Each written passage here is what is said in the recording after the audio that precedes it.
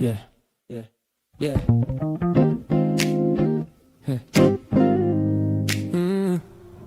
Yeah. It's percolating. Good morning. Yeah. Good morning to the people on Facebook. Good morning to the people on IG. Good morning to the people on the YouTube. Good morning to the people on LinkedIn and Twitter too. Java. Percolating. Get a vibe, stay ready. Truth in the cup, keep it strong, keep it steady. Pull up a chair, yeah. Take a sip with me. Good morning, good people. Java with Jimmy. Good morning. Good morning. Yeah, the love percolating. Java with Jimmy. Good morning. Good morning. Yeah, yeah, yeah. Good morning. Yeah, the love percolating.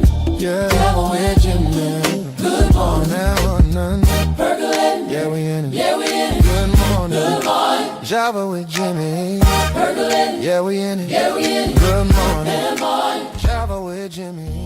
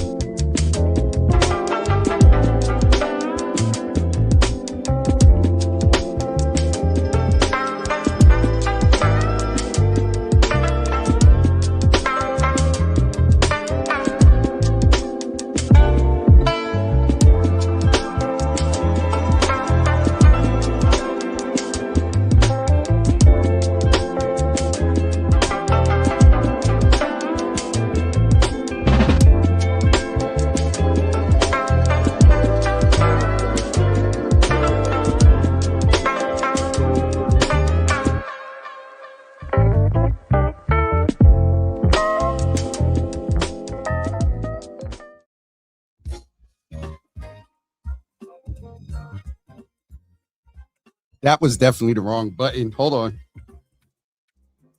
Good morning. Welcome to the Java Cafe. Java fan. Good morning, everybody. Good morning. Good morning. Today is Wednesday, July 1st, 2026. It is the first day of the third quarter, the second half of the year, the new fiscal year, both in our city and state. And it is We Need to Know Wednesday. And I am honored today to be able to continue to be committed and consistent in the place of bringing our elected officials, candidates, and community leaders, former officials into the Java Cafe to speak with us about a myriad of things in reference to policy, in reference to candidacy, and also Black Agenda and Black Dollar, which will be with Brother Segun Idowu in the 11 a.m. segment. And so I want to make the best use out of this brother's time. I have known him for some years. I'm going to say it before he gets on screen.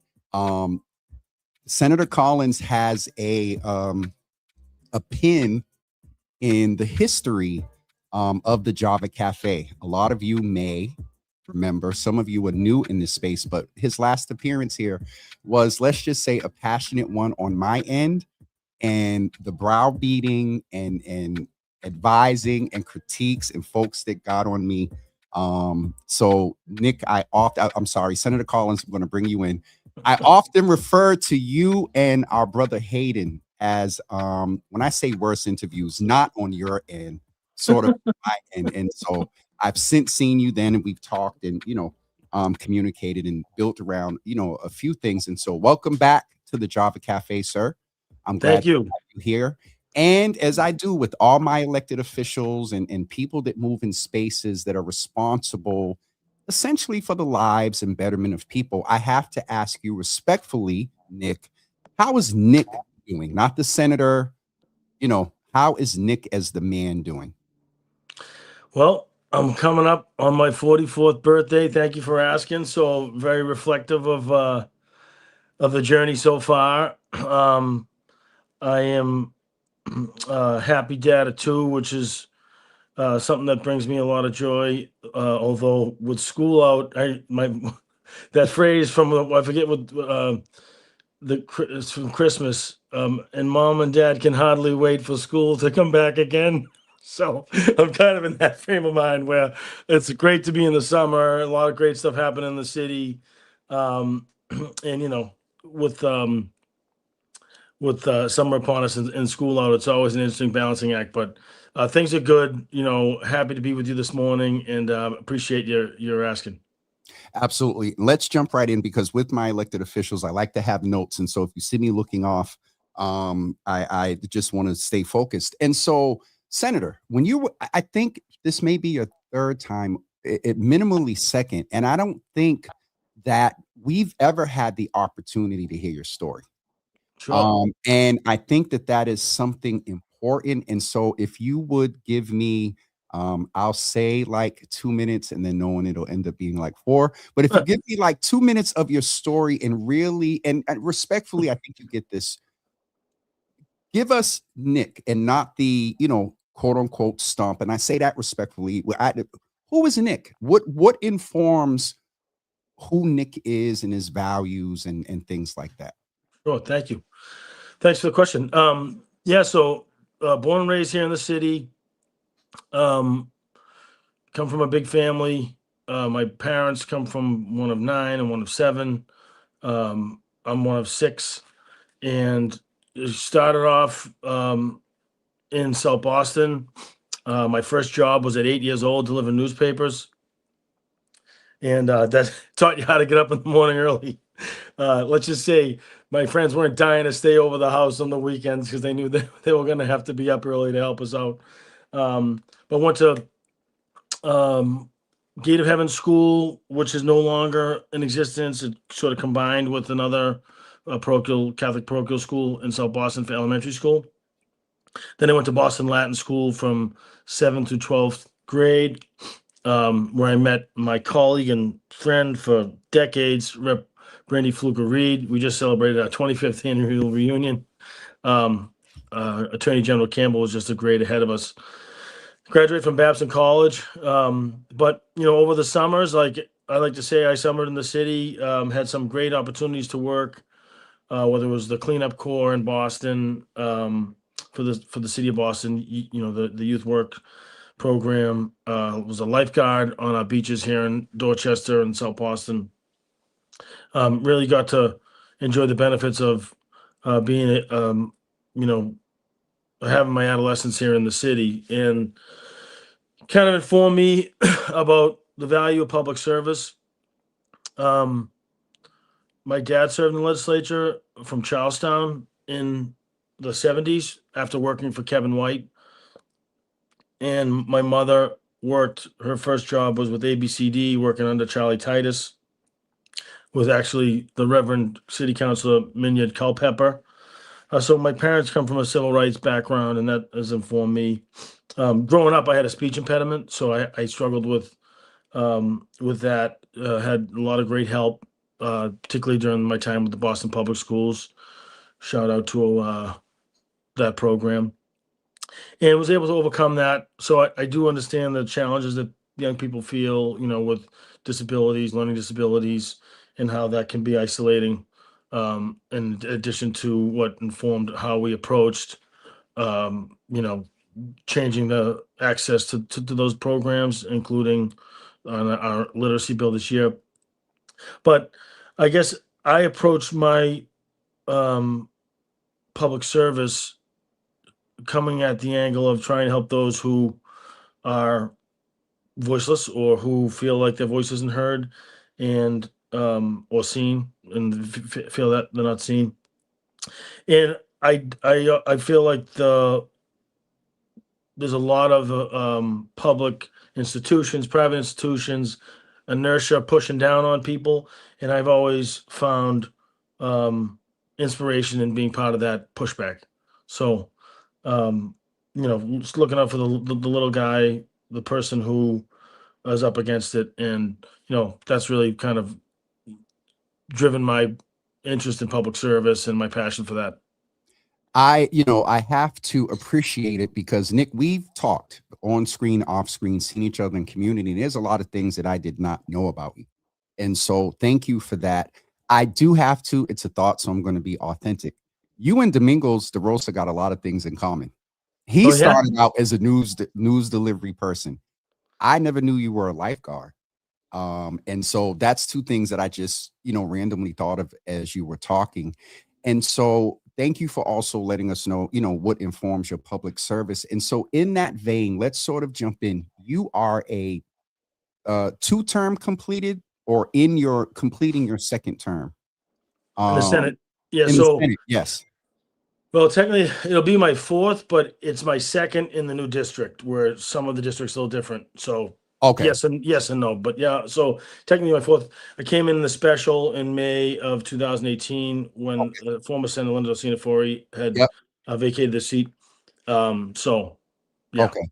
So let me ask you, in that vein, over those, even with the switch of the districts, what would you consider your greatest accomplishment? Well, so I look at this a couple ways. Probably the most lasting impact so far started even before, when then Mayor Menino was looking at consolidating and closing libraries and pools. Actually, dating back to my time as a lifeguard, in order to get certified, you had to get training, and I got my training at the Mason Pool over in Roxbury. I knew how valuable that was to the community, and so at the time, that was on the chopping block, and I fought alongside Councilor Tito Jackson at the time, to push back on that, along with then Representative Linda Sinafori and others, about the libraries. And so now we subsidize the library system and support the city through BCYF, to the point where that pool remains open and our library system still has our branches. So when it comes to public services, but making the prescription drug mandatory, making the prescription monitoring program mandatory, where doctors and pharmacists both have to disclose the prescriptions that they're providing people, that limits the access on the street. Also, CHINS reform was a big item that I thought was critical to get rid of the stigma for young people who are in the DCF system throughout their adolescence.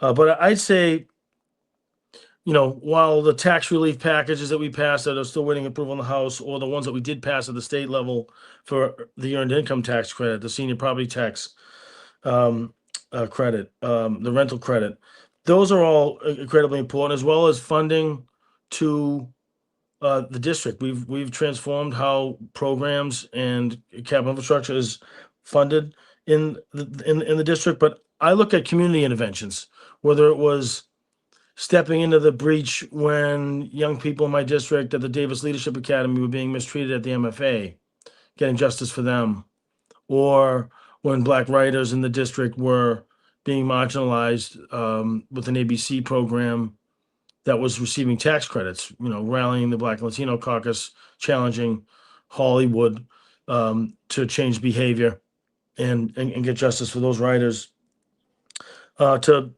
bring in NAACP into the fold in our state budget. First branch across the country, proud lifetime member, but, getting the support for their work. And I know you're going to speak with Segun later. I think probably the most, because policy changes can only last or be executed based off the advocacy that comes with it in the aftermath. So when the Black Economic Council of Massachusetts was being thought of by Black business leaders and community leaders like Segun, I was honored to step up to the plate to help provide seed funding to get that started. Now they're, well financed privately and otherwise. Obviously, they get support from the state too.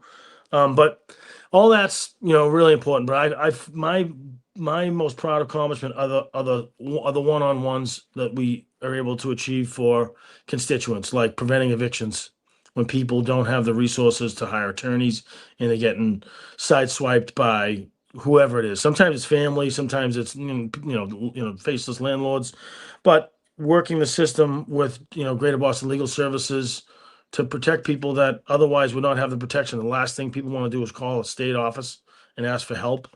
And when we can, go goal line to goal line for people, that I think is my most proud accomplishment, is when our team, myself and my team, are able to execute like that on behalf of the constituents in need. A couple of things there. Again, to be honest, some of the things to which you refer, I'm like, sounds like you've been around a lot longer than. So it's 8 years that you've completed total, correct? Well, because of the special, I don't know at what point in the cycle, Yeah, but so it's 4 terms. Yeah, it will be 8 years at the end of this year. okay. I just because the chins, being a former youth worker, very familiar, and I know that a lot of that change happened like some years ago.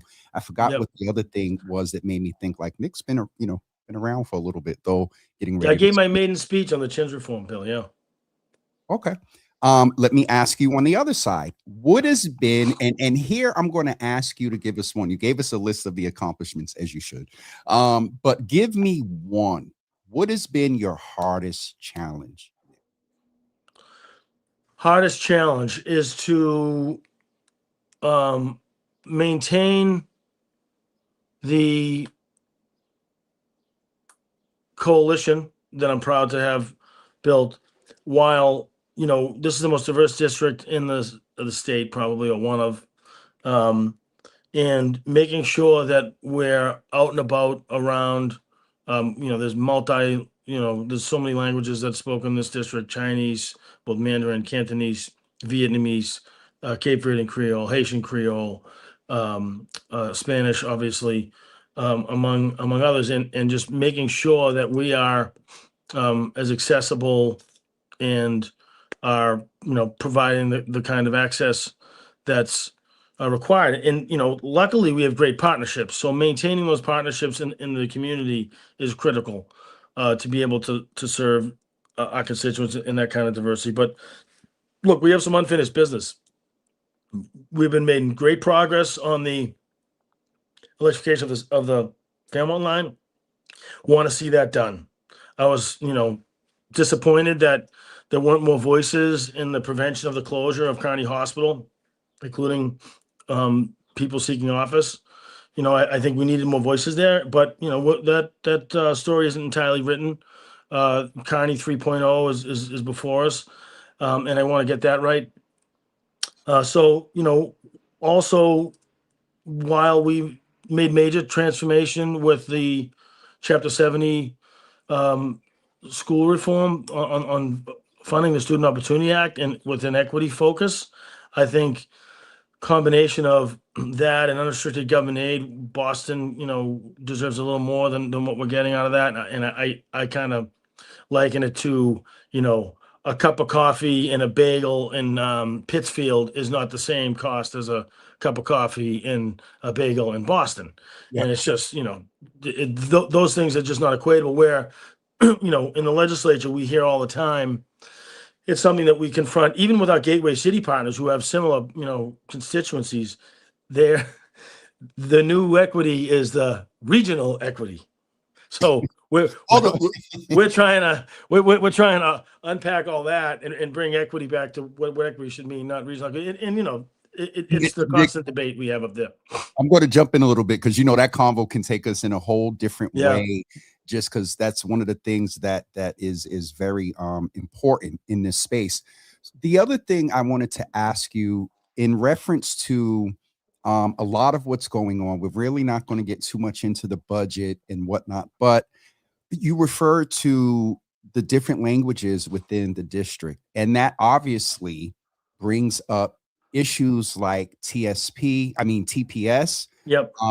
And also, there's a question I'll ask as we get ready to wrap up. But with that, well, you know what? I'm sorry. I don't want to give you the context. How would you describe the district in whatever context or status you want in one word?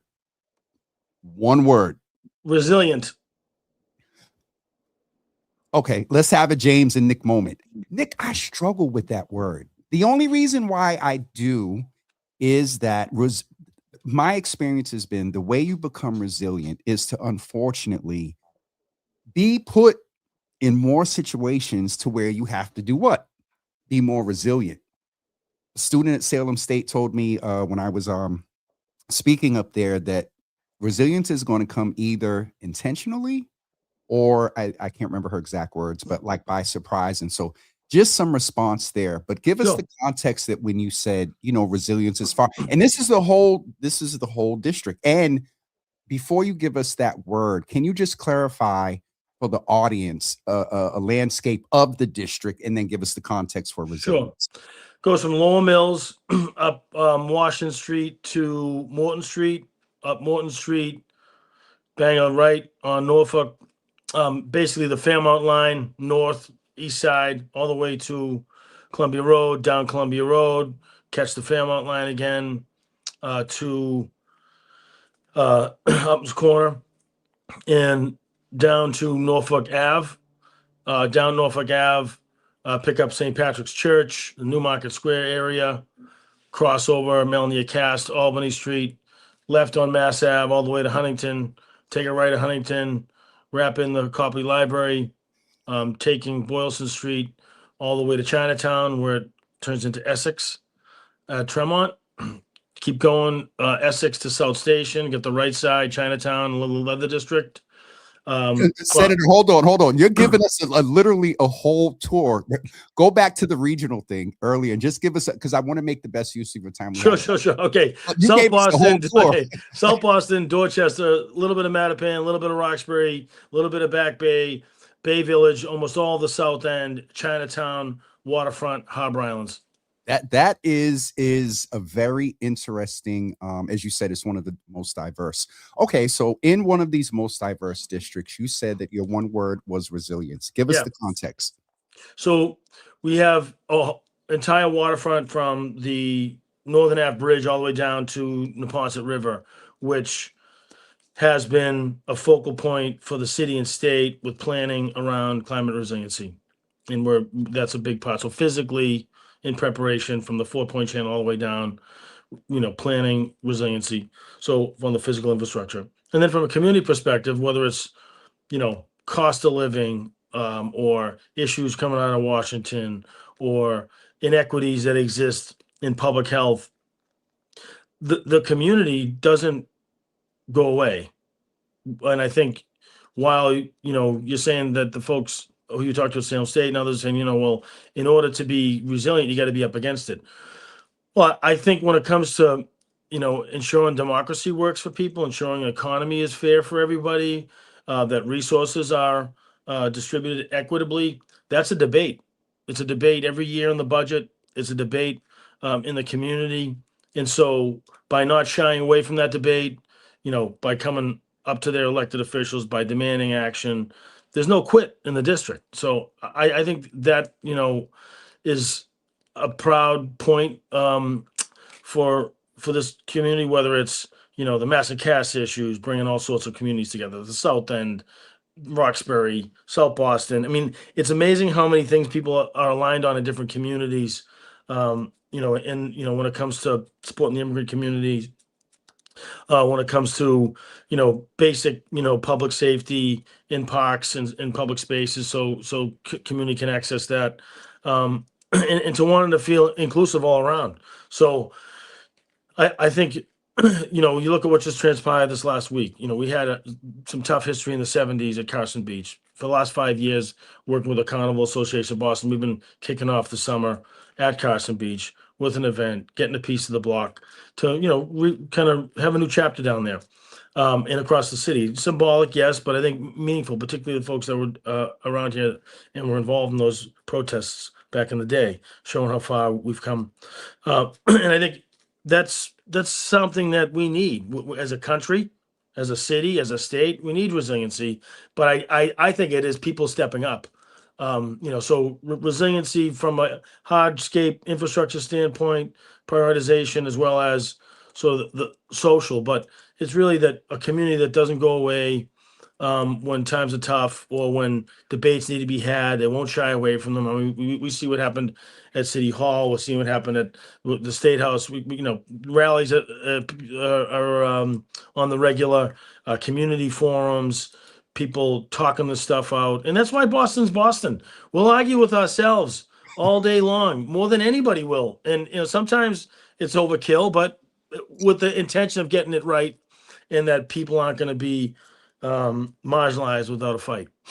Let me ask you, Nick, and there's a couple of things you said here I can't wait to kind of follow up and just go a little bit deeper in our poly talk offline. And so you refer to wanting to continue the work, and it's known that you are in the role again of a candidate.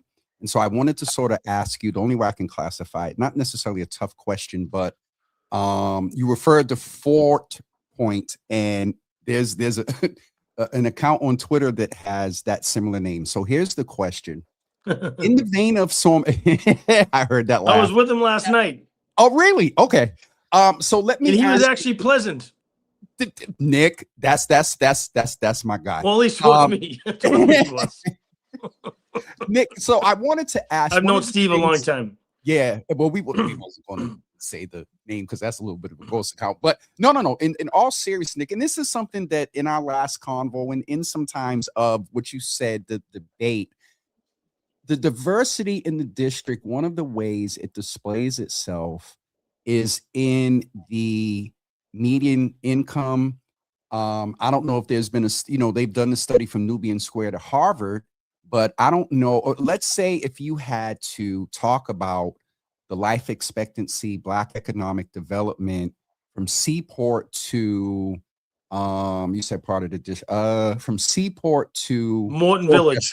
Morton Village, Dorchester, in between, particularly to Black and Brown communities, because a lot of the national climate, all these budget cuts, I believe you would agree, it's going to have the greatest impact on Black and Brown communities. And so how do you ensure, Nick, that any impression of the difference of the either services or engagement of the constituency in Seaport is equitable to the engagement and the services and resources with a understanding of the difference? How do you navigate that? Well, I prioritize the parts of the district that need it the most. I think if you see that in the budget items that we sponsor and that we deliver, the services that are delivered by the state, the amount of affordable housing dollars we're able to deliver to the communities that are driven by tax revenues at the state level, and other in other programs that the state leverages through bonding. Our priorities, there's a phrase, I think it was Joe Biden, don't tell me what you value, show me your budget. And I think if people, and that's our charge to communicate that when people see what we've done with our budget advocacy, they know that that's what we've prioritized. But look, I have probably the most public housing tenants in the state out of any Senate district. And I've had that when I was in the House as well. So I've always focused efforts to support our public housing tenants and prioritize that and try to bring resources to the communities, leveraging the economic engine to benefit the district. So what I'm proudest of my work with respect to that is expanding blue collar jobs on the waterfront. While others spend time, and there are some great businesses and a lot of benefits come along with having businesses in the city like them. I mean, I have focused successfully on the development of blue collar jobs in the Port of Boston, whether it's in a working port or in the building trades, along with hospitality, so that the waterfront's for everybody. And we're on the cusp of breaking ground soon on the first solely affordable housing project in the waterfront. It has been, a task and a half, but we've gotten a lot of progress working with the Massport Authority, the community builders, and some other partners down there. I think some of the limitations to the waterfront that were in planning before I was in office, I don't think it was the intention. I don't think Mayor Menino, had an intention to make things feel exclusive, but nor to the planners at the time. And so we have been focused, and I have been advocating for public library services down there in the area. It's in the pecking order. You have the South End Library, which needs to be rebuilt, the Chinatown Library, which has been there. Obviously, Fields Corner's under construction now. So there've been other priorities, but also in addition to trying to leverage what the strengths are in the waterfront to the other parts of the district, providing access to facilities and open spaces to make sure everyone's welcome without paying a premium. And That's critical. that's one of the things that our good guy Steve has championed around, that access and inclusivity. I'm part of the Waterfront Coalition. And so, Senator, I want to be sensitive to your time and also to my next guest, which in very full transparency is your contender in this space. And I thought it was important, Nick, to, and I shared, I'll bring LaToya in as well. There are interesting dynamics to running for office when there's a challenger, contender, incumbent, whatever. But I thought it was important today, while I have the opportunity to talk to both of you, to allow time for you to engage and just let the audience see some appreciation where you all may have it for each other. And so, on one hand, Nick's the incumbent. I should ask him first, but LaToya. Nick, I'm old school, so LaToya's a woman, so maybe I would, ask her first. Ladies first. Screen. So, LaToya, if you don't mind, you can greet Senator Collins, and right after that, Senator Collins, you can greet LaToya, and then we'll let you go. And please keep us up to date about that housing project development down in Seaport. So, LaToya, good morning. We'll kind of back up to say good morning again to the audience, but I'll let you and Senator Collins greet each other. Hello, Senator Collins. Good morning. See you this morning. Likewise, nice to see you. Yeah. All right, that was quick. All right, so in that case, no. Oh well, listen. Thanks for throwing your hat in the ring. It's not easy to run for office. May the best person win, and I already feel like your candidacy is making me a better senator. You're welcome. LaToya right. and the Senator, thank you for being with us. And again, keep me up to date about that project, because I didn't hear about that. And we will definitely talk soon. All right, thank you. All right, Happy 4th of July, everybody. Take care. Thank you. Bye-bye. LaToya, hold on. Let me get the senator straight. Okay, there you go. Good morning. Right. Good morning. How are you? I'm great. How are you today? I am. I'm third into a 90-minute show. Okay. I'm doing okay. I don't think I have to take a break, and I want to give you, as much time as possible. Okay. To greet the audience, and so let's back up a little bit. And welcome to the Java Cafe. Thank you. I'm excited. Being here. And so I will ask you to greet the audience and say hello. And then we are going to jump in to learn a little bit about who you are, why, and about your candidacy, some of your priorities. And then as I ask the senator a question toward the end, we'll have a question for you as well as a candidate. And so go ahead and greet the audience, and we'll go from there. Good morning, Java Cafe. I'm super excited to be here. My name is LaToya Gayle. I am a candidate for state senate here in the 1st Suffolk and Boston. I don't know how much of my bio to go into right now, but I've spent the last 2 decades working in education advocacy, and I started doing that because my oldest son's on the autism spectrum. And what I found is whether we were seeking education or whether we were seeking healthcare, systems just weren't working for us, but we were not the only ones. And that's why I've built a career that I have.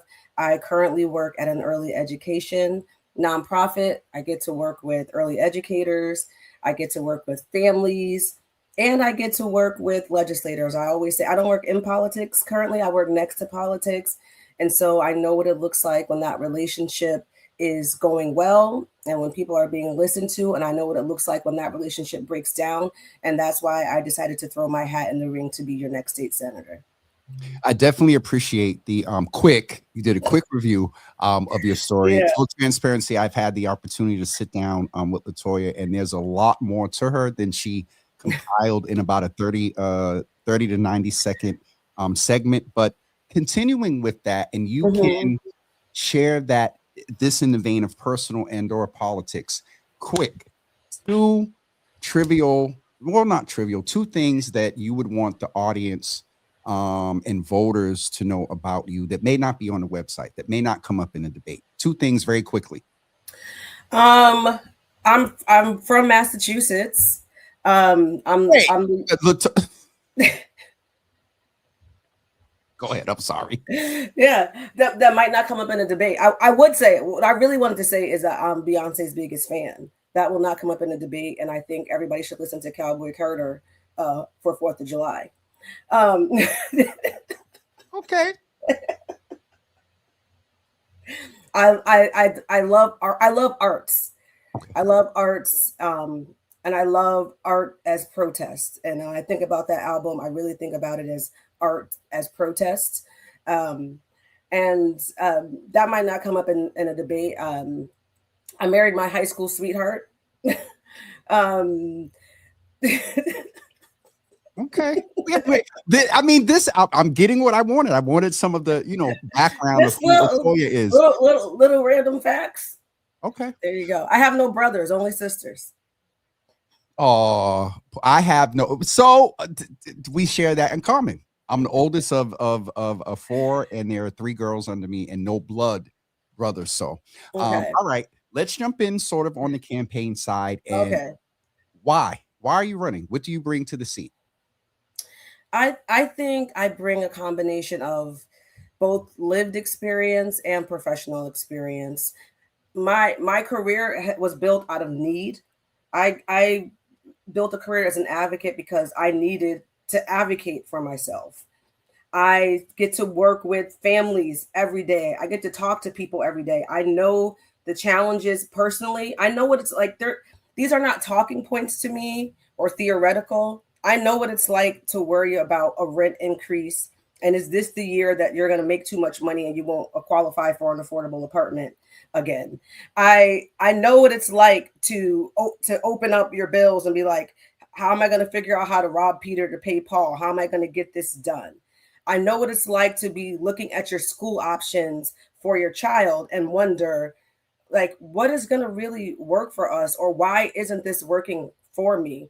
I've lived a life. I have 4 children. 2 of them are young adults and 2 are still in elementary school. So I've lived a life, and I'm living those challenges and those issues that I'm fighting for. And professionally, I have also worked in partnership with electeds, with the legislature to get things done. And so I think I have a beautiful mix of both lived and professional experience. What would be your top priority if elected? I hate they always tell you to narrow it down to one priority, because when you talk to people, there's so many.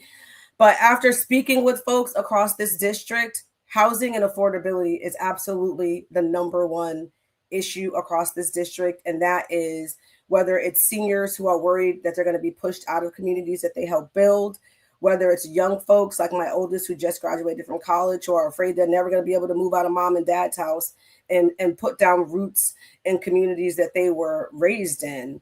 And it's people worrying about those rent increases. Rent control was just taken off the ballot. But the legislature could still do something about it. And so I want to actually push the legislature to do something about it before, the end of this month. But that's absolutely the number one issue. One of the other things I wanted to ask is, you've said the word wasn't adjacent. You've been next to politics. Things are very interesting on a national level, on a state and really about to be on a county level with the DA race coming up. And then there's Boston politics, the budget and 6-7 and city council. And I'll break it down to 2 separate. One word for Boston Poly. Guarded. We'll get context in a minute. One word for Mass Poly. Insular. All right. Give me the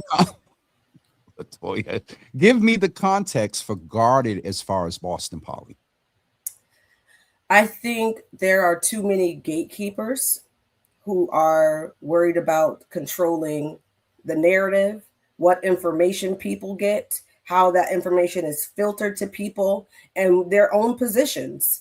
And that leads to residents and voters being guarded, saying, why should I even bother to vote? Because who actually has my interests in mind, at heart? Who are my interests actually leading? And so it's guarded. People become guarded because they have learned to not trust politics and politicians. And they've done that because people have guarded their positions and guarded who gets a seat at the table. So a follow-up question there in real time is, would Mhm. you agree, and I'll ask you yes or no, and maybe give a couple seconds for context, but Okay. my observation, LaToya, this year on a Boston Poly level is from the presidency to this budget cycle. Mhm. Do you what is your observation of the level of which the average voter and maybe non-super voter is paying attention based on what you said about the guarding of those in positions in Boston Poly? Mhm. What have been your observations on the community's level of engagement this year? I think community. I think there have been people who have pushed narratives and wanted to tell whatever their story is to community. I don't think though that genuinely community has been more involved. And when I talk to regular folks who are not the super voters, who are not people who consider themselves very politically active or engaged or immersed in politics every day, their level of engagement is the same. Oh, you left it right. Yeah. Left it right there. Okay. Yeah. All right. That was just a thought I had when you mentioned about the guarded piece. Yeah. And so for Mass Poly, you said insular. Yeah. Give us the context, and I'll let you answer that. Give us the context for that. It's an insider's game. It's about who somebody knows, um, and what that person is going to do, and it's opaque. So when you talk to an average person, people don't understand how decisions are made. People don't understand who is making the decisions. People don't understand processes, and there are people who are content that that's how it is. And but people want to know, like, even people want to know, how are decisions being made about me? Who is making those decisions? Did anybody even ask me? It's just a insider's game where people are talking to themselves about what should happen and not to the people. It's interesting. We can stay here for a few Yeah. moments. I observed, and I've been asserting a different observation due Mhm. to a lot of social media and a lot of community leaders, even though a lot of them won't accept that title. Mhm. And that's a whole nother conversation in itself. I've observed that more people are paying attention a lot to do with other community people making posts around the budget, calling Mhm. things out. We saw that was a community person that put the whole, Ben Weber conflict Mhm. out to legacy media. And so I was just, when you said that about the guarded piece for the Boston Poly, I just, observed that on the local level. Now the insular on the state level, and I'll be honest, I'm involved on the state, but I'm more Boston Poly than I am Mhm. Mass Poly. And so it's just interesting to hear that perspective of both of those. And for those of you that don't know, when I say Boston Poly and Mass Poly, it is basically a hashtag that started on Twitter. And it is Boston politics and mass politics. And Mhm. so, LaToya, I wanted to ask that you exude this community involvement and community voice. One of the reasons I have not run for office, a lot of people have shared this sentiment as well, is there's one thing or one persona or approach in the election pre getting elected. And Mhm. then folks get in and things change. And in fairness, the lens of which you have now, respectfully, LaToya, would not be the same if elected. Mhm. How would you ensure that authentic community voice stays at the forefront of what is informing your legislation? I don't know any other way to be, if I'm going to be honest. And at the end of the day, the people who I'm most concerned about, the people who I feel beholden to, are the people that I, see walking down the street, are the people who I see at the corner store. And I am more concerned about being able to hold my head up high when I see those people. And that might mean that, I'm going to get the worst office, but, but, but I'll be able to hold my head up high, and I will be able to be honest to the people who I am there to represent. I definitely appreciate that. I wanted to ask it only because my philosophy is upon the third sort of trend I see in the comments, I struggle with bringing it up or not. Mm-hmm. Have you ever lobbied? Do you consider yourself a lobbyist? Yeah. I am a registered lobbyist. You just did a Jimmy. Yeah. Trying to get it out. Yes. Okay. But I want to explain to people there's rules. Sure. So my day job is at a nonprofit. And so if you are trying to push policy or legislation or going to just meet and speak with legislators, you have to register as a lobbyist. That's the rules. Okay. Yes. I was just curious because I've seen it now Yes. fourth time, and I just wanted to just ask about that. Yeah. And so to go back to the question about, the community engagement and things changing, I can appreciate, where you said you didn't, there's no, no other way how to function. And so I definitely appreciate that. What, give us your observation of, you said guarded and insular of the Boston Poly and Mass Poly. That's, I would say, like after 5 in the politics. Okay. When it comes to the policy, and I guess I'll start with, you're going for a state office, so we'll stay here. On a policy and sort of budget level, your observations, where are we? And you did say housing would be your first priority, but where are we? And are there other spaces and line items and things that you would advocate to have either level, more funding? Let's talk a little bit about policy. Yeah, I love talking with people about policy, but I think and for the past 5 years in my day job, we have been fighting for childcare, and early education, and there is a line item in the state budget that has been level funded since its inception. While costs have gone up, and more programs want to participate in these grants, but the money is staying the same, and we need to put more money in line items. So there's a lot of things where the money is there and it stays the same. Same thing about childcare vouchers. There's so many things where the amount stays the same, but we all know what inflation is. The cost to do that work continues to rise, and so level funding feels like a cut to some people. It's people are figuring out, how do I keep doing the same thing when the costs are going up, but the money is staying the same. Now, the thing about and again, this is a conversation with you and I, the money staying the same. One thing that's not the same is the revenue. And so generally, I agree with what you're saying. Level funding to a lot of people is a cut, but in the climate that we're in right now, national cuts, and then Governor Healy needing to make things up, and the legislature does have influence on the budget. Can you speak to what you're saying and the reality of where things are? And I think this would give the voters and the audience sort of your perspective of how you would legislate from a fiscal, responsibility, because give us some of your thoughts there. I think we need to be bolder in our state when we're thinking about how to raise more revenue as well. We implemented the fair share tax that taxes millionaires for every dollar they earn over $1 million, and that's adjusted to inflation. So like it can be like $1 million and some change now. That's adjusted to inflation, but we have billionaires in our state. I think we need to be thinking about how do we tax the rich? How are we taxing billionaires?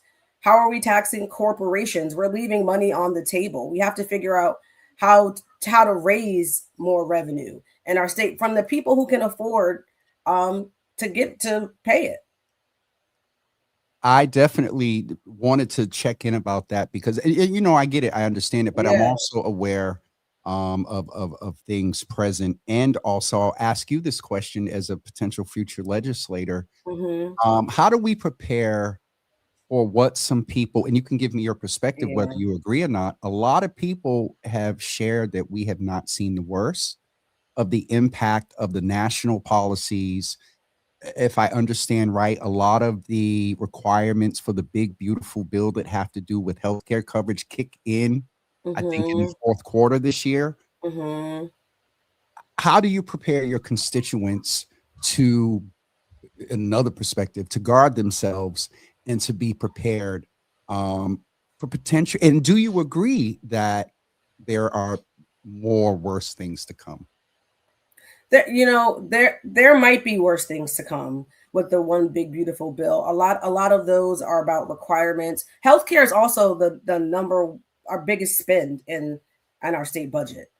And so we need to make sure people understand what the new rules are and how to make sure that they are following them.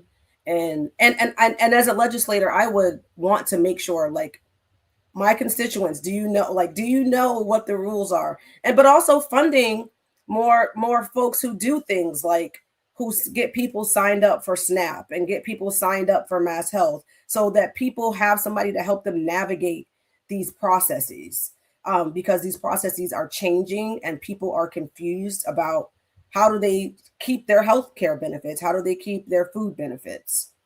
Absolutely. We're going to get ready to wrap up and we're going to take a Okay. break. But I wanted to, as a candidate, and this has been Mhm. in the media, and so I'll ask you to speak directly to it. And Yeah. you, in full transparency, you and I have talked about this. Mhm. There is a perception that you are Mayor Wu's candidate. There have been a Mhm. lot of articles about it. And Yeah. in our conversation, I asked you, you know, quote unquote, is that the case? And then, or whatever. But one of the things that, as I refer to, it's a city municipal level thing, but independence. And in these articles, LaToya, you've seen that some of what has been asserted is an ability to have influence at the state level for Mayor Wu's agenda. Um, Mhm. how do you respond to that notion? And then how will you legislate, if elected, to keep your independence? Absolutely. I'm glad you asked this. I want to be clear. Before I was a candidate, I had no relationship with Mayor Wu. Mayor Wu was inspired by my story and about my motivations for running for state senate, and I am proud to have her endorsement. And the same folks who call me Mayor Wu's candidate could also call me the Working Families Party candidate. They could also call me, those same reasons that Mayor Wu is supporting me is the same reasons that janitorial workers and airport workers and Uber drivers at 32BJ are supporting me. It's the same reason that hospitality workers at Unite Here Local 26 are supporting me. It's the same reasons that Planned Parenthood are supporting me, because of who I am, because of what I've done, and because of the vision that I have for this district that they believe that we can work towards together. Well, you answered it. Yeah. it- And, it- and, it- it- and, and, I, and I also say this: when me and the mayor agree on something, that's going to be great. And when we don't, and we have a disagreement about something, then we'll have a disagreement about something. and you hold on, LaToya. And with respect to our friend Mayor Wu, that Yeah. I'm that's been in the media as well. I'll frame it like Yeah. that. And so I one, thank you for answering.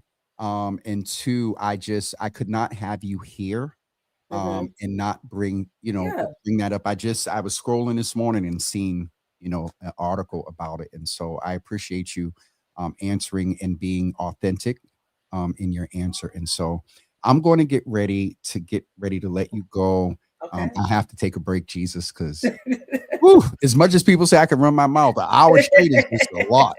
And so thank you for being with us. Godspeed. Is there anything that you wanted to leave with the audience, or as before you go? And I'll let you close out. Yeah. I want the people who are listening to know that you will not have to convince me to do the right things. The challenges that I want to tackle in the State House are the challenges that I'm also living. They're not talking points, they're not theoretical. When taxes go up, my taxes go up. When there's safety issues in our community, I live in community with you. I will always be available to you and accessible to you. And I look forward to being your next state senator. LaToya, thank you so much for being with us today. And I'm sure we'll get at some point, maybe get you and Senator Collins on together and have a three-way sort of conversation prior to September. Yeah, okay. Absolutely. All right. Thank you. Right. And I just have to note, thank you for wearing red today. We'll talk soon. Of course. We'll talk soon. Thank you. Okay. Bye. Bye-bye. Folks, I hope that, again, that you are walking away with a perspective of our incumbent and also the contender or candidate that is running for the 1st Suffolk District for State Senate here in the state of Massachusetts. Senator Nick Collins, the incumbent, and then LaToya Gayle, who just signed off with us, who is the candidate. I am going to take just a 2-minute break. My third guest just arrived. I'm going to ask for some grace. I'm going to take a quick 2-minute commercial and be right back with you in a couple of seconds. And we're going to talk with Segun Idowu. He's going to give us a perspective in reference to this 1st Suffolk District race, as well as give us a update about things he's been involved with in pushing. We're going to talk a little bit about his perspective around some chatter that I've seen online of maybe we could have had a different level of opportunities for Black and brown businesses to take advantage of these 3 world events, FIFA, Tall Ships, and the other one is Mass 250. And so we'll be back with you in just a couple of seconds. And thank you for your patience. We'll come back and chat with you on the other side of this commercial.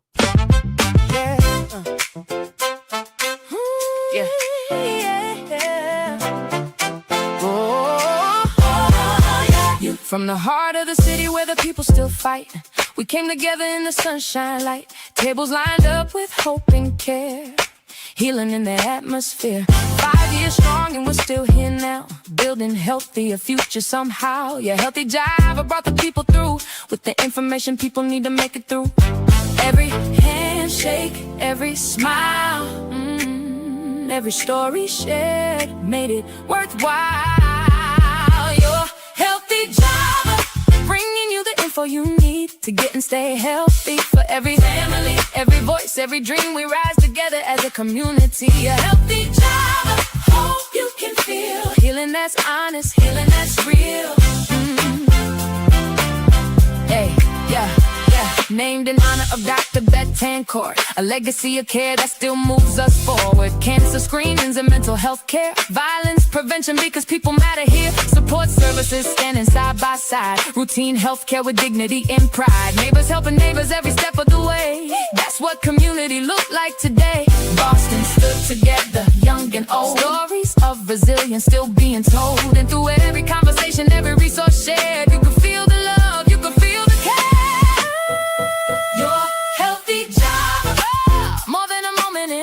It's healing for the people, one life at a time. From being court to every block, the message remains clear. Health is power, and we're stronger when we're here. Your Healthy Java, bringing you the info you need to get and stay healthy. That's the mission, that's the movement, that's community. Since 2022, still showing up, still. Thank you all for your patience. We had to take that quick break because all that Java Jesus. Listen, we're going to bring in to take the I see you laughing. Hi, brother. How's it going? Good. You look like you've been in the sun too, or is that just the light? Yeah, it's summertime. Okay. I'm even wearing short sleeves just to shock people. There's no suit, there's no tie. Even though there's still a button up, it's short sleeves. So, Segun, I've said to you in person, and I think I said it when you were on the show, that, and a few of us have talked about it. You look different. you look different. You look rejuvenated and just so, glad to have you back here.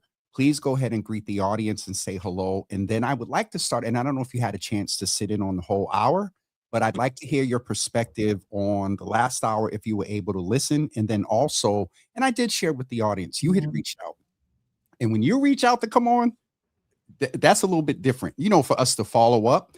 And so we did also, in that reaching out, you were kind of keeping a commitment that we would do this minimally, maybe once a quarter to check in. And so thanks for the nudge.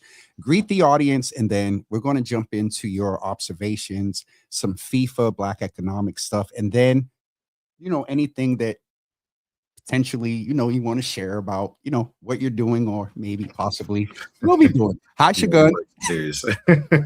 Well, I mean, hello. Yeah. Oh, it's nice to be back. And yeah, freedom is a beautiful thing. And I've been enjoying my time.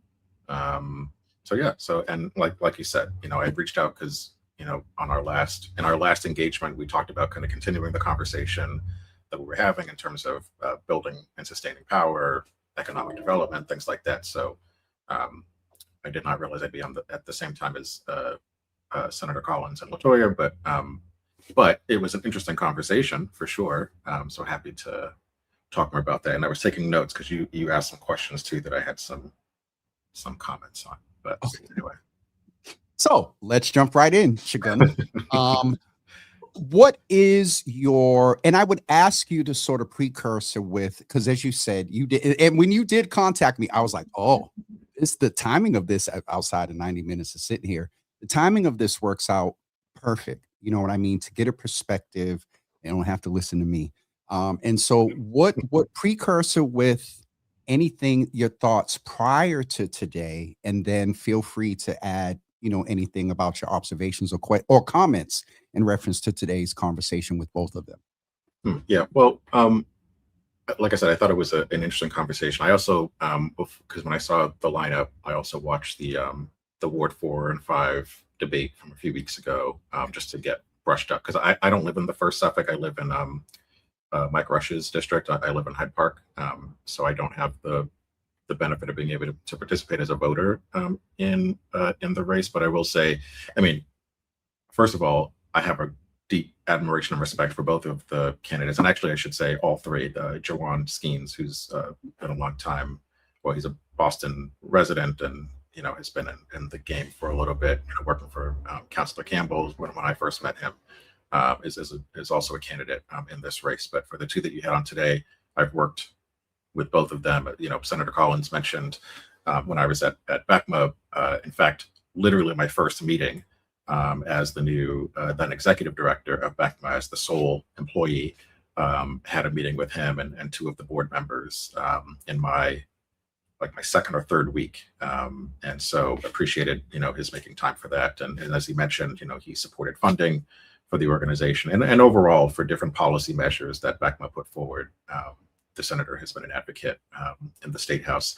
And for LaToya, when I was at NAACP Boston and my short time as part of the Young Dems of the Mass Dem Party, worked with her. And then just as a general advocate and resident of the community, have worked with LaToya, not just on education issues, but on myriad issues impacting the community. So I certainly have seen her transformative and impactful work from that space. So to be honest with you, I'm a little jealous of the first Suffolk, because for me, I'm glad you didn't ask me for one word, because I still would have said everything I just said and completely ignored that. But for me, this is like true democracy. This is what every election should look and feel like, where it is hard to make a decision because you have two great individuals who care about the community, who have different perspectives, but have a shared vision for the growth of that district and the broader community, who are, running to obtain this seat in order to represent, the residents of that district. So, it's a tough decision for the first Suffolk, but I think that's a great thing, and I wish that were always true of state legislative races. I think we have probably one of the worst records in the country of state representatives and senators being challenged for their seats. And so I think this is important. And you heard Senator Collins say, right, like it's uncomfortable to run or to have your seat challenged. But at the end of the day, it does make the person better, because then they have to defend the things that they've done or not done. They have to take positions that they at one time probably didn't have to, because they just, run unopposed. And so I think this is a good thing overall for the first Suffolk, but I wish both of them well. And I will say one thing that's interesting, just to continue talking and not letting you get a word in, is so there's two things that you mentioned. One is that people talk about, like, LaToya is Mayor Wu's candidate. They say the same about Daniel Lander, who's challenging Senator Brownsberger.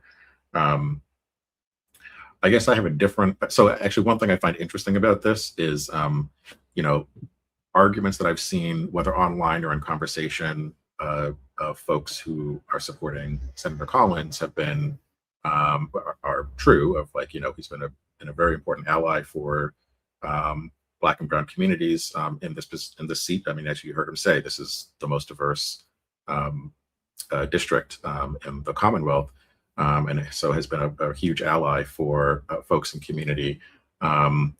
He's got important positions and roles in the state Senate, Ways and Means, small business, et cetera, where he plays a vital role of stewarding important legislation and funding through that help to support various communities.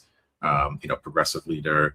I think what I have found interesting, and this is in no way, supporting one candidate over the other. I just, from a sociological, I guess, point of view, interesting when we choose to employ certain arguments in favor or not in favor of a candidate is, I remember it was not too long ago, actually the same year that Senator Collins ran for the state Senate seat. There was a similar race that looked a little bit like this one, obviously different dynamics and different time, where a progressive white elected official was running to keep their seat, who had important positions where they were. And, if the party overall were to reclaim power, would rise to the level of chair, had developed really important relationships on both sides of the aisles to help steward important legislation across the aisle. And so you had a lot of people saying, we have to support this representative because, they are helping to, steward important legislation and bring back money and power to the district and to help Black and brown folks.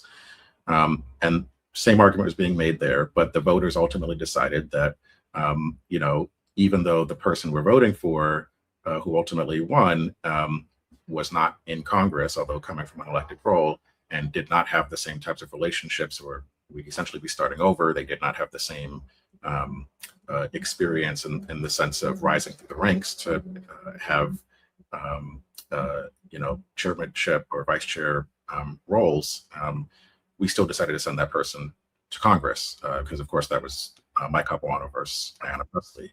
And the argument from voters was, this is a person with lived experience who, and at that time we were saying we wanted someone who was it wasn't really just about the district, but it was about fighting against the White House. Because remember, Trump was elected in 2016, that we wanted someone who was going to be a fighter, who wasn't just going to be the establishment candidate that, voted or moved in the way that leadership was saying, but someone who was really going to be out there fighting and championing the positions and beliefs and values of the district. And so I would argue that Congressman Presley has done exactly that. So that all said, I'm just saying I have found it interesting that in 2018, a lot of the folks who are making the argument that folks made in 2018 for Representative Capuano, who was a fantastic congressperson, to keep the seat, are now making those arguments that we pushed against and pushed back against in 2018 now. And again, that's not to say that either side is right or wrong. I'm just offering that I have found that interesting. When we choose to employ those arguments in elections, because elections are, you have your candidate that you support, and then you come up with the reasons to support that candidate. I have to give a lot of respect to both LaToya and Senator Collins for being extremely positive, at least from my vantage point. I've not been in the weeds on it, but high level, being very respectful. I mean, even in the 30 seconds that they were on camera together, or the debate that I was watching, very respectful of each other. Oftentimes the mudslinging that happens is really the hardcore supporters that wind up taking things that way. And but I don't attribute that to the candidates. But anyway, so long way of just saying that interesting arguments that are being made in this election. I believe that, there's a notion that there's no such thing as a permanent enemy and permanent friend. That's right. In politics, and the ability to take a notion or a persona of a candidate with similar dynamics and then flip them, to your point, it's just part of politics. I will ask you for one word. Given and this could be a good transition. Given the state of things, with the budget, you were for the past 4 years or 3, maybe, I forgot when Michelle went in, which budget was hers, but you were a part of that process. And in that, Segun, I'm curious to your observations based on a little bit of what LaToya said, that, the city, Boston Poly had seemed guarded, gatekeepers and whatnot. On the other side, I've observed since the presidency, P3, your departure, the budget, I think more people are paying attention. And I think a big part of that is due to community level people, not just platforms, but regular residents just posting, attending the meetings. All that to say, one word for Boston Poly during budget season up until now. One word To describe Boss Poly.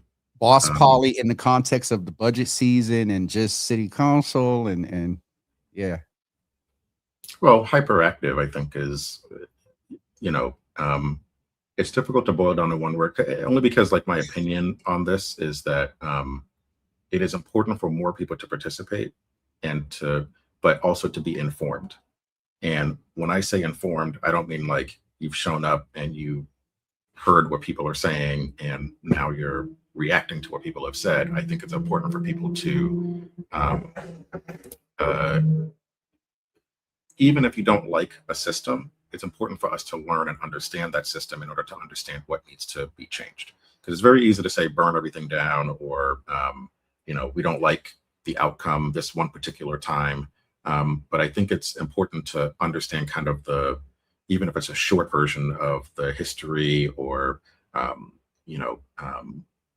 how others have benefited or been impacted before we start lobbying for huge amounts of changes, or also kind of decentering ourselves. I've seen a little bit, like, I completely get how I've seen some folks who are upset because they are themselves losing funding, but I try to take a tack of, like, there's how I'm personally impacted and how I'm going to advocate for myself to get whatever resources I need, versus what it means about the system in general, or the process in general, and what needs to be changed or massaged on that side. So again, I think it's great that there are more people who are paying attention and who are involved, and who are sharing their thoughts and opinions. But at the end of the day, I think we have to come to figure out what is it that we want collectively, and not to also project our personal wants to what community wants, right? I think sometimes I see that, and I'm not limiting it to just this budget season. I've seen a lot of times, and especially when I was in my role, people who would say to me, oh, well, if you and Mayor Wu do this thing for me, you're doing it for community, but if you don't do it for me, it means that you're rejecting community, which I think is a ridiculous philosophy. But anyway, my point is that, it's been hyperactive. I would say, though, that I think it's the responsibility of shows like Java with Jimmy and Spark FM and 98.1, 969, 945, others that have platforms to help educate folks on processes. Because, the way it's set up right now has benefited a lot of Black and brown folks, and a lot of small organizations And because we are at an inflection point when it comes to the economy and the state of the budget, just because of, macro factors based on, we have a president who declared war on a country that we lost, that's having ramifications on the global economy.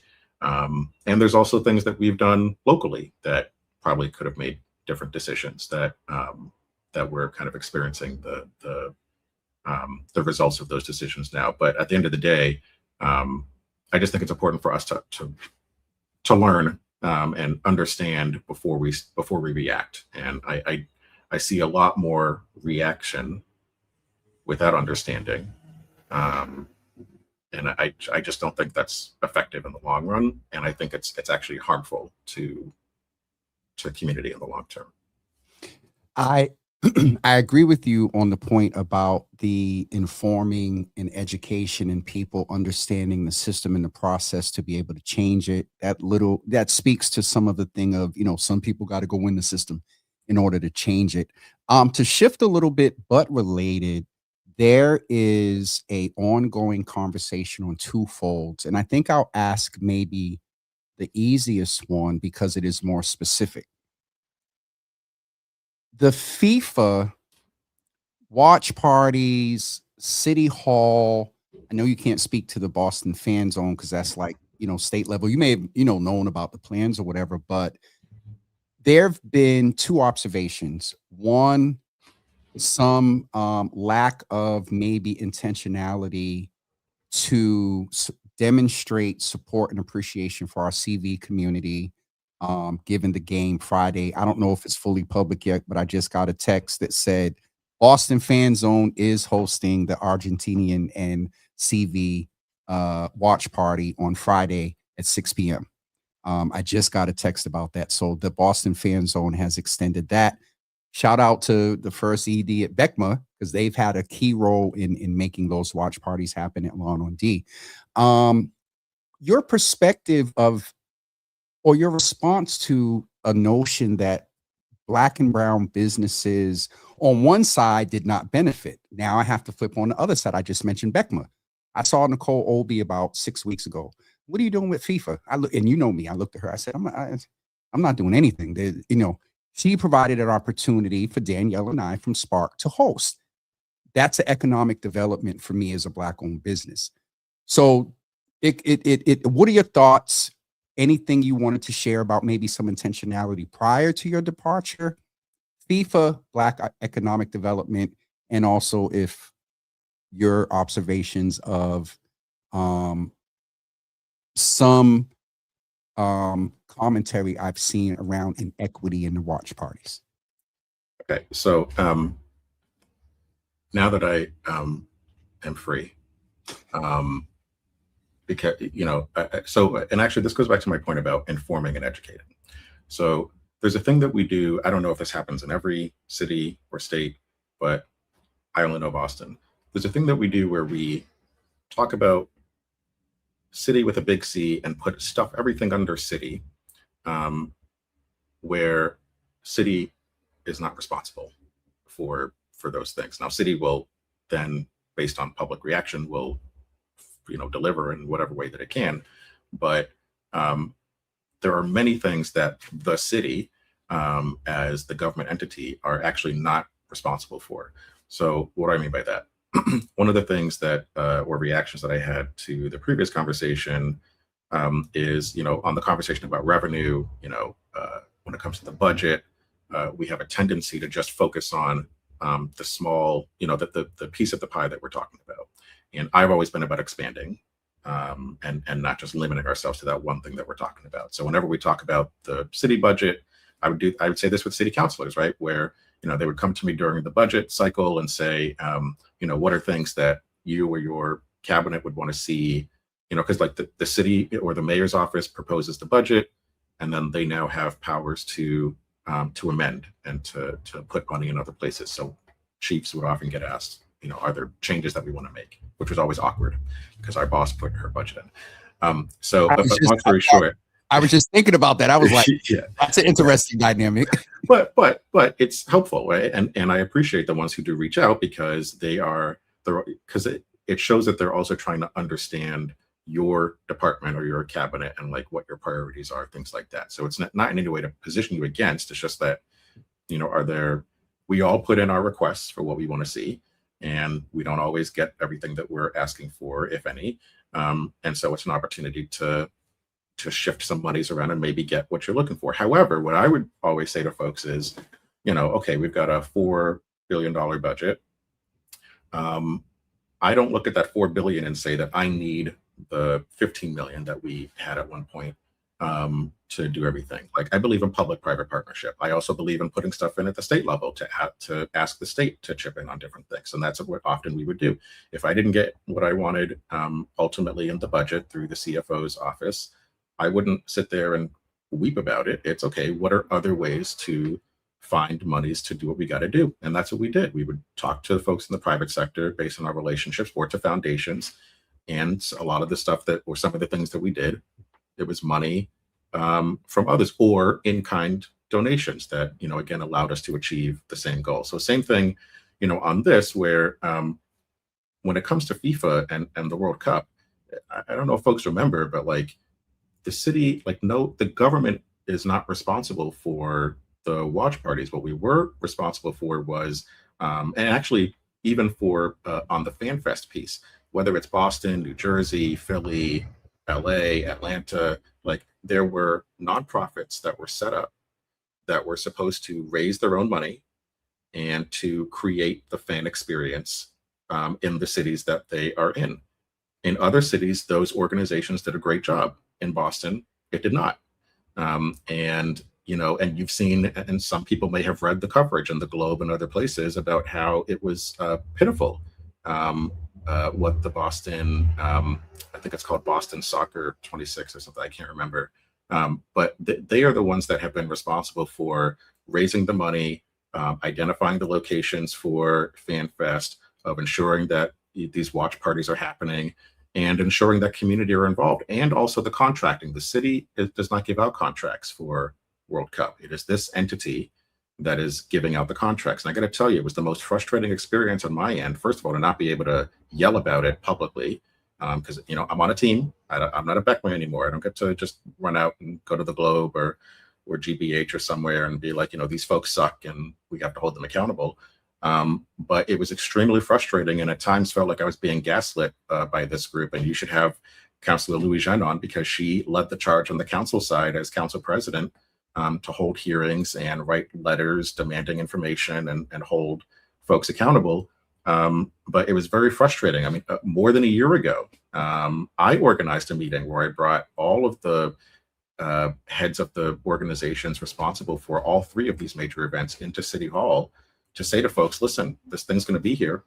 We got to work together. And it's difficult to do that because the city is getting very little information. And there were things being held over our head of, by the Boston 26 group that, in order for us to give information, well, we have to understand, for instance, one of the arguments that was made was, well, we can't tell you what contracts are going to be available until we know where FanFest is going to be. That's the most ridiculous thing I ever heard. Because at the end of the day, wherever FanFest is, someone has to do security, someone has to clean up, someone has to set up, all the materials. Someone has to do transportation. Like, it doesn't change just based on the location. But it was impossible to get this information, from this group. And there were good folks that work over there, former colleagues as well. But it was very difficult to get leadership to be transparent and to share that information. So just to say that, I agree that, I hate the term missed opportunity, because actually this one wasn't missed, because a missed opportunity is something where you didn't realize. And it's and then after the fact, you're like, you know what, you're right, we could or should have done whatever. This was an intentional, not sharing information, and really, so therefore just not caring really what the result would be, but of just being I want my thing, and until you give me what I want, your priorities are not my priorities, right? So we could have done a really great job here and ensured that a lot more contracts went to Black and Brown companies. We could have made sure that we were lots more intentional about these watch parties and access and things like that. But I got to be honest with you, I can't lay the blame at the feet of Mayor Wu and the city of Boston, because in my opinion, just being from someone who sat at the table for these conversations, the city actually has done a good job here of making sure the entire city gets to benefit from this, because the original conversation was just about how to keep all this stuff downtown. Is it going to be on the Boston Common or on City Hall Plaza? But I have to give credit to Amy Yandel, first of all, who's in the Office of Tourism. And, Long time. All due Yeah. respect, Amy. Amy Yes, was there yeah. when I was there. Yeah, but but longevity is important. Like, she knows she's God help us when Amy decides to take time for herself, because she's certainly dedicated her life to the city, because she knows everything and she's able to make things happen and she has those relationships. But just to say, like, she's one person who has made sure that folks have access and that all the different communities are represented. Alicia Porcena, who's the director of small business. So you've been seeing, at least on the economic opportunity and inclusion channels, or even on Boston.gov. I don't remember the / after that, but for the watch parties. But the fact that there are restaurants and other places participating, like, that's the result of the city saying, this is not going to be centered just in downtown where there's going to be tourists. We're going to make sure that the whole city gets to participate in FIFA World Cup. And so these restaurants are seeing a boon. And then that also means that we get to give credit to Corinne Reynolds, the director of nightlife, who, folks have their opinions on what the office has been doing. But I got to tell you, the groundwork that Corinne laid when she first came into this role, which did not exist prior to this administration, and it is a team of one. She's the only person in the city of Boston that's focused specifically on issues related to nightlife. And by the way, Office of Nightlife Economy is not just about making sure you have a good time and get to go to whatever clubs. It's about, the nightlife workers, safety, et cetera. MBTA. She MBTA, broke right, all of that down. which the city has no purview over. It's a statewide entity. So we don't control the MBTA as the city of Boston, or I'm saying we. See, I still haven't left the city in my mind. But just to say that, Corinne, who these policies that you see enacted right now were things that she was writing and researching and talking about several years ago, that now we get to see them actualized. So the 3 a.m. piece, again, people can have whatever opinions, but I think that's a really important step forward of just like an extra hour for restaurants and staff to earn some dollars. And yes, that has to be matched by the T and other transportation options to get folks home safely. But it's like chicken and egg. Like, we can't keep waiting for all the rest of the world to be perfect before we do certain things. A lot of times what you find in history is you just have to do the thing, and then everything else will be built around it. The social districts that we see happening, piloted in downtown, again, those are things I'd love to see across the neighborhoods, and these have been safe, so people who lose their minds that, this very 80s or 50s or 60s, feelings of, if people drink, all these bad things are going to happen. We see people drinking going down. Those rates are going down, and we have way more options for transportation and getting folks where they got to go safely, and restaurants taking care of their patrons and making sure people don't overdrink. So, Yep. A lot of the things that people come up to push back on these pieces are, I think, very, based in kind of old ways of thinking. They're really not based in today's reality. But just to say that, like, I think the city has, and people can take my support for whatever. I mean, I worked there for 1,515 days. And this is my, the people I'm naming are my team or former team. But from my vantage point as a resident, I think the city has done exactly what it's supposed to do. But when it comes to the fan fest and the watch parties, please direct your anger to the folks who actually are making money, like who are drawing salaries as part of their responsibility to do these things. And that is the Boston 2026 group. It is not the city. And by the way, the city actually went above and beyond when they expanded to the Boston Common when Fan Fest was packed. And then there wasn't enough space to watch a lot of the important games, including Cape Verde, like to the Boston Common, which was not part of the game plan. So that's one thing I'll say. I will say too, Facebook is, in my opinion, not the place to ask questions. Like, just like Twitter or X, like, it is a cesspool. So it's odd to me, or I guess what I would prefer, especially for people who have access to people in city hall or in state government, is to ask questions to people who know, and then to share the information with your network, with your audience. Because what you find a lot is that, people ask questions on Facebook or X or Instagram. A lot of times there's not like an honest, and I'm not suggesting that's true in this case. I'm just saying that, like, you don't often get the answers you're looking for when you ask questions in that way. That's why I reserve my questions for Google, or for the people who can answer that question directly, versus asking Facebook or X, because oftentimes it's people who the responses come from people who really are not interested in your getting the real information, but rather just sharing their opinions on that question. So, and it's unfortunate, because then you have a lot of mis and disinformation being shared as a result of asking an honest question. So anyway, that said, I think if you were to talk to anybody in the state, private citizen, corporate leader, elected official, or appointed leader, there is no one who would argue that the state has done, or the city has done, a good job of preparing for the three major events that are here, in terms of, who's benefiting. Everyone would agree with you. I wanted to ask real quick, is there an opportunity from your perspective, either through advocacy to this Boston 26 group, and I'm curious if they have a website to find out who they are. Oh, they do. Yeah. But are they okay? So then we can look. But how, if you had the ability to, or how can community advocate and shift them to still be able to take advantage of tall ship? 250 is what, over, not over, but the bulk of it. Right. 250 is Saturday, basically. Yeah. So how is there anything that can be done for tall ships? Well, I will say there is one thing being done. So it's July 1st. So the short answer is not really, except for supporting what's there. So, and by the way, I do want to say, for FIFA and all the other stuff, like, I also don't want us to be under the impression that there has been 0% participation. I mean, couple major contracts went out to Black companies. At least I know of one on the security side. Where the Windwalker Group got a major security contract. And the reason why I think that's okay, and since people will say, oh, well, that's just one. Well, it's multi-million-dollar contract. And this person hired hundreds of people. I know a few. Right. And I feel like the last thread I looked at, where this person was sharing, Herbie Duvernay, who runs Windwalker Group, who was like 80 or 90% of the hundreds of people they hired were Black or brown. Yeah. And so,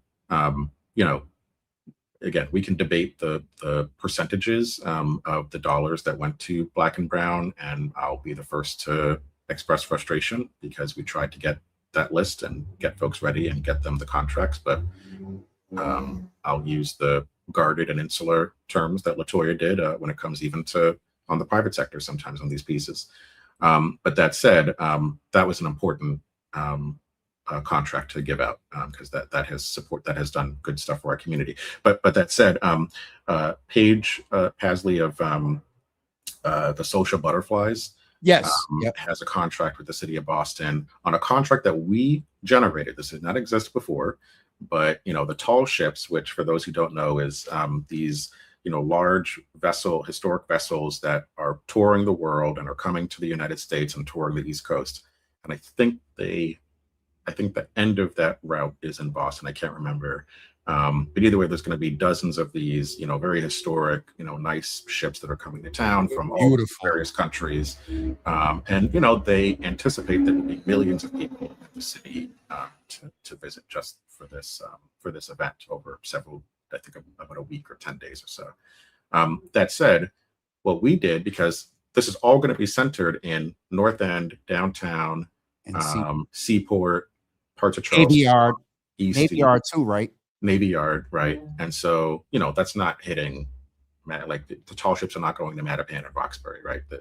So, but the way we wanted to make sure that folks from these neighborhoods are benefiting is there's going to be lots of people in this area. So what we said was, well, on the days where we know there's going to be hundreds of thousands of folks in, this part of the North End or this part of the Seaport or Charleston or whatever, we're going to create spaces for folks to sell whether it's food and drink or, to be vendors and sell their goods to the folks who will be there. So the city, again, an example of the city creating opportunities for folks from other neighborhoods to generate profit from these events, even though these events are not taking place directly in those neighborhoods. So again, the Social Butterflies is running that. I believe they have all the vendors chosen, but it's going to be Black and brown folks who are selling stuff. And so I would say the way to support is to go support and buy, what they're selling. It's all good stuff. As a member of the Boston Waterfront Coalition, we work to make sure, not a member, a partner. One of the key things is to figure out ways to get people from our communities down to the waterfront, to one of the points that Nick raised, it being inclusive for everybody.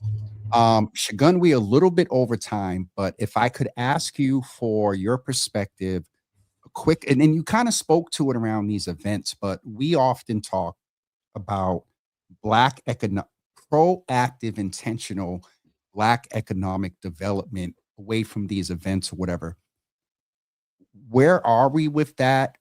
What are you hearing, seeing? And then we can close out, if there's anything, I haven't been. I got nothing to announce. So when I got something to announce, then we could talk about that. But before you do that, speaking of announcement, if I don't do this, I'll get a text after. Hold on for 1 second. I need to acknowledge a couple of folks that's in the room. Where did they go that quick? Mother's here, Segun. I can't find her comment, but Mother said good morning to you, and then my mother jumped right in and said ours. Oh, here they go. Well, no, I can't. Oh, here she goes. Well, my mother's saying good morning to her, and then look at them, the two of them. So I just had to acknowledge both of them that they're in the room. Yes, and good morning to them both. Yes. All right, so where are we with Black economic development? I know no announcement, but I mean that's such a broad question. And you said we're over time, so that's my apologies. I thought we went till like 1, but I'll be briefer next time. No, you're good. This is good. I'm getting some people now have said this needs to be weekly, but go ahead. Yeah, I mean, where are we on Black economic development? Well, I don't know how to answer the question. I don't have the data to tell you, where we are, but just to say that I think that there are a lot of folks who are building in their building stages and who I think are doing a great job where they are on the business front. I think every small business is struggling as a result of poor management and decision making at the national level. Federally, they've been dismantling support for small businesses, and so therefore grant dollars are very small, if any. And then banks, again, because of the environment that we're in, when it comes to lending, not a ton of that to our businesses, or at least taking risks on Black and brown businesses. That said, I see a lot of strong Black businesses that are, struggling to maintain and invest in their growth. And I think that programs that we launched when I was there have helped to keep some businesses going. I think of like the Scale program that has been helping a lot of Black companies invest in their future so that they can grow big enough to take on larger contracts, either government or private sector. I'm thinking about the space program, where again, a lot of Black businesses that benefited from that that are doing well in the spaces that they've got, folks that we've given grants to. So I wish I had a more succinct way to say what is the state, but I think at the end of the day, what do they say? When America sneezes, Black America catches a cold. And so certainly we see the impacts of this still harming Black communities here in Boston. So I mean, we're not in a great state, but I'm never one to be pessimistic and say, well, that's it. We always find ways to cobble together resources to keep ourselves going. And I think, just going back to how we started, I think even having LaToya, Senator Collins on, these are ways that we make sure that we're getting the resources that we need, electing the folks that we think will be effective in their roles in delivering for the needs that we've identified. I'll just say two quick things. One is when I was watching the debate, the Ward 5 committee debate from a couple of weeks ago, there was a question asked of the candidates of, is the role of us of the State House to be a partner to City Hall or to be a check on City Hall? And I'll leave it to folks who are interested in the race to see what the answers of LaToya and Senator Collins were on that answer. I will say though, and they gave different answers. You know, there was an opinion that it's a check and there was an opinion that it's a partner. And I'll just say that my personal opinion is that the Boston City Charter already identifies who the check on the mayor's office is, and that's the city council. And therefore, the role, in my opinion, of our State House colleagues, the delegation, is to be a partner with the mayor's office and the cabinet and the city council to advocate on. I mean, they're literally called representatives. So to represent the opinions and the positions of those who were elected to represent folks in Boston. So it stands to reason that if, you know, with 716,000 people in Boston, if majority voted for this mayor and for this council at that, you know, for that matter, and they all agree to do a thing, then therefore it is to our state colleagues who represent those same Bostonians to advocate for the things that the local body is pushing for. So I say all that to say that, like, the state of the Black economic development or Black community in general is partially contingent on making sure that our whole elected body at the local and state level are operating in coordination and a partnership rather than in friction, because we are harmed when there is not agreement and partnership. And so on the home piece, on the tax piece, Black people are harmed by nothing happening, right? So people can debate the merits of either proposal, but the fact that nothing is happening, Black people are harmed by that, renters and homeowners. And so so I think it's important for people to take that into account. And the other thing I'll say to that too, just I'm going to say that we're going to end at 11:45 instead of, you know, is that because you brought this up. So you asked LaToya, you know, people say that you have to, you know, operate one way when you're in the election and then be different when you get in. Yeah. And I'll just say I have a different opinion.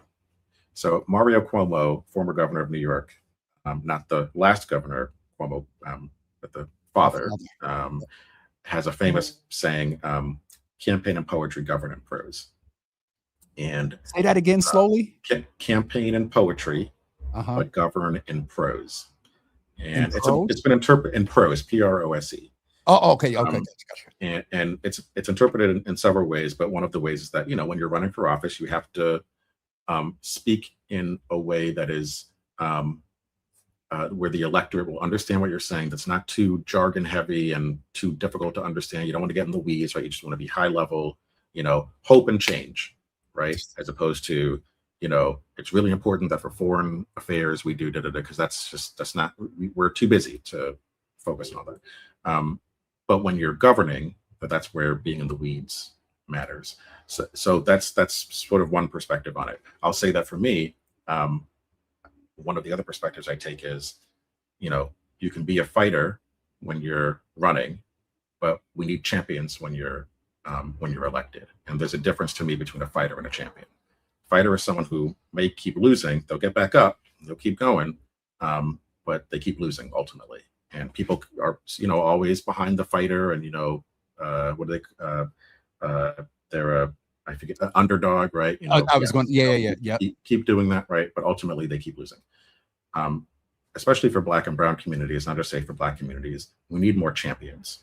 And by that, I mean people who understand, who take time to understand the system that they are in, who don't go in immediately and say, burn it all down, this is all terrible, and I'm going to be I'm going to stop everything from happening and whatever. We see this on the MAGA side where, you know, they're going into Congress and stopping everything from happening, which is not helpful to any of us. Or them. You know, right. But it's like, we need champions, people who will take time to understand the system, like Liz Miranda and Lydia Edwards have done on the Senate side, like Russell Holmes and China Tyler and Brandy Fooper Reed and Chris, Roel, and others have taken time to do on the House side. And people who are going to deliver, because it is not enough anymore. Like, this is not the 60s or 70s or the 80s where Black folks can come to us as electeds and say, I'm fighting for, et cetera, et cetera. We're in a moment now where we have to deliver. And, you know, I said this to an elected official who I won't name, but like when I was getting started in my role as chief, I was taking some incoming, which was odd to me because like I just got here. So I'm still learning. And also Black and brown folks controlled the council and we had representation of the state house. But also at the same time, we had a huge number of Black folks in, you know, like 4 of the 5 major, I think I said this last time, 4 of the 5 major philanthropic foundations are run by Black people. We have a whole foundation started by Black executives called the New Commonwealth Fund. It got started by 30 Black and brown executives, people who are still in their roles, like who are in major companies that are institutional players in Massachusetts. So I remember one of the electeds was kind of dogging me out publicly, and I didn't say anything publicly, but we had our beer summit, and I remember saying to them, kind of, you know, talking about the fighter versus champion, but also saying like, we don't have to argue anymore. Like, we literally, like, if all of us have a shared agenda, whether it's something we wrote down and put through Java with Jimmy or the banner or whatever, if we all have a common shared agenda, like others do, they have their meetings and they don't talk about it out loud. But if we have our own agenda and we say we want to do a thing, we just do it. Like, who has to bang on the table? Like, we literally have the power to do the things that we want to do. In my opinion, we squandered it a little bit a couple years ago because we were focused on an interpretation of what you were saying earlier. We want people who are going to be the same. And I think publicly, sure, but inside the system, it is important to build relationships and to have allies. And like you said, right, no permanent friends, no permanent enemies.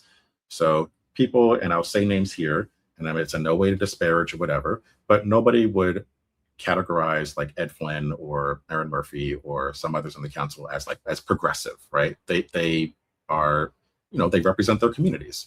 And so like more moderate than like they wouldn't themselves say that they're progressive. They wouldn't say they're conservative, but so I'll say they're moderate. And there are progressives who are on the council who will adorn themselves and proudly say I'm a progressive. And so people get shocked sometimes when some of those progressives partner up with the moderate or some would say conservatives on issues. But it's like you need to be able to do that.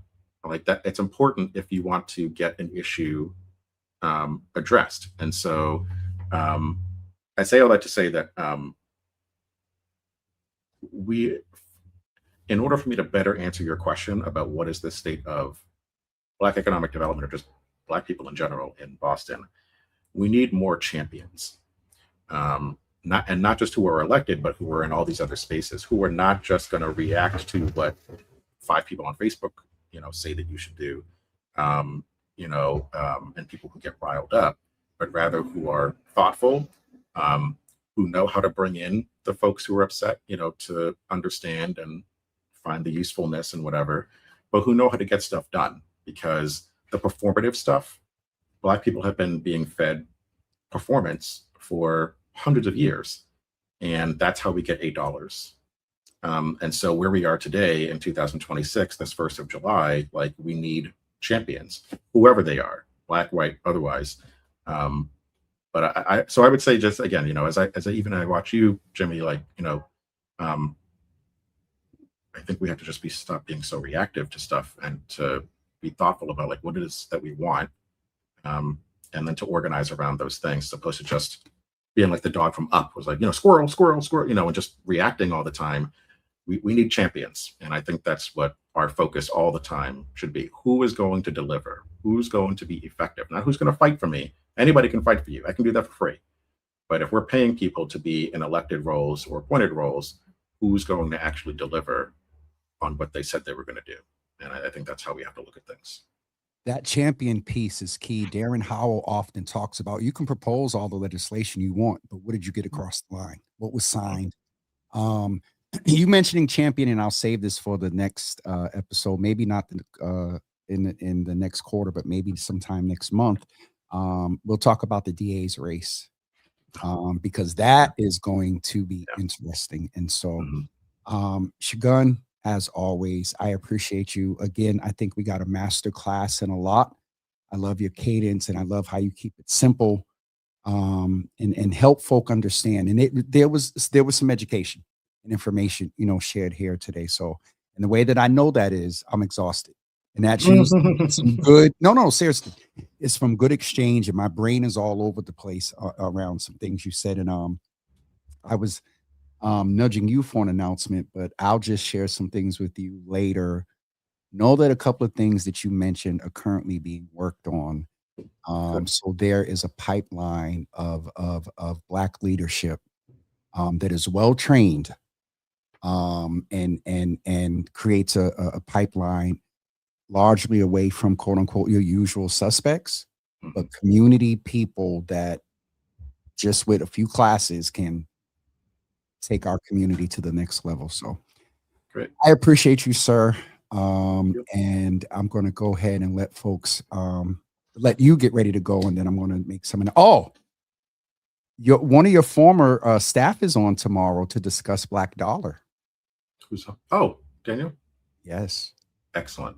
He's Good coming. guy. And when I told, like, this week has been, Senator Markey didn't make it Monday, but this week has been amazing. So Daniel's following you tomorrow, and to talk about Black Dollar, Black Thought, and just being intentional. So yeah.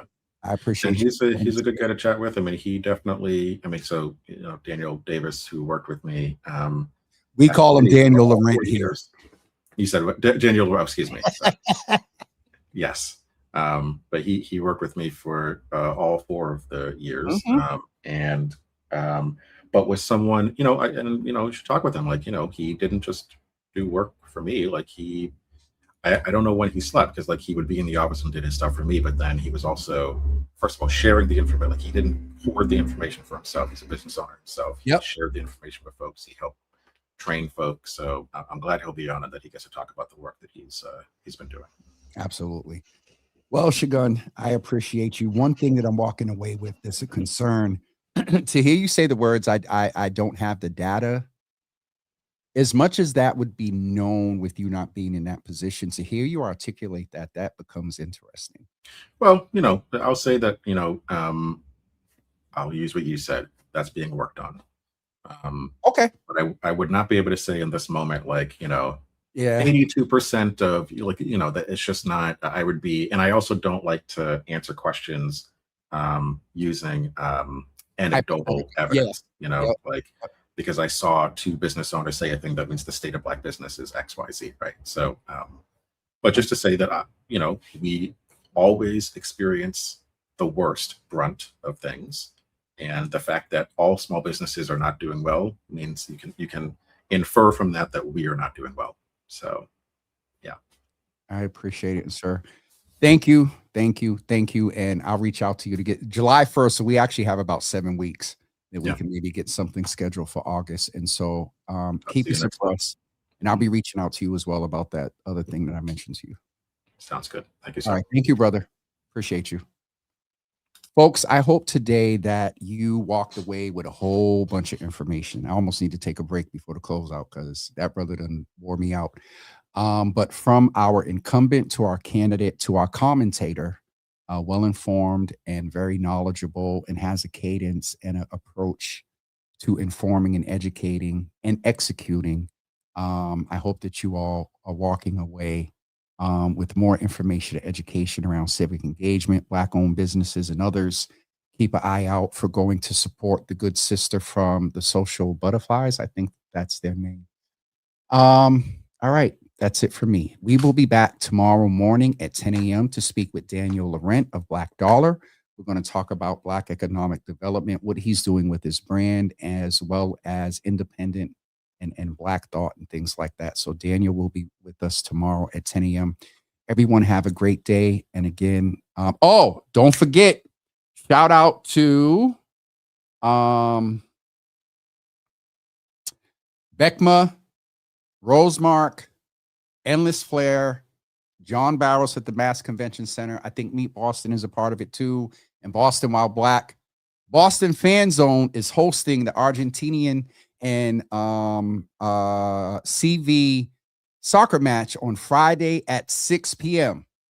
Now, I haven't got a text yet saying, Jimmy, are you and Danielle hosting Friday? I haven't got one yet, but I'm glad that that is in place. And so let me actually put the link in for you all to go. And I encourage you to register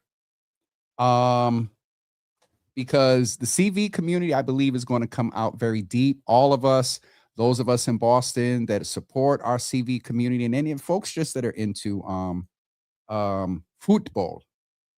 All right. And if this thing doesn't work with me today, Jesus, it doesn't want to work with me. Let's see what happens. It doesn't want to work with me. Y'all know. Oh, I can do it right. Hold on. I can do it right now. I'm going to put the link for the fan zone because, as I said, I encourage all of you. If you're going to go, you need to register because I can almost predict that they are probably going to be at capacity. So hold on. Let me put it on the James page as well. So there is the link to the our Argentinian and CV game on Friday night at Boston Fan Zone. Again, shout out to Beckma, Boston While Black, John Barrelson, the Mass Convention Center, Governor Haley, Lieutenant Governor Kim Driscoll, to hang out with her. I've done it a couple of times, but the other night was Governor Driscoll is cool. But shout out to the state, John, Boston While Black, Beckma, Nicole, Endless Flair, Auntie Rose, Aisha. Shout out to all of them for creating that space and making it happen. We'll see you guys tomorrow at 10 a.m. with Black Dollar.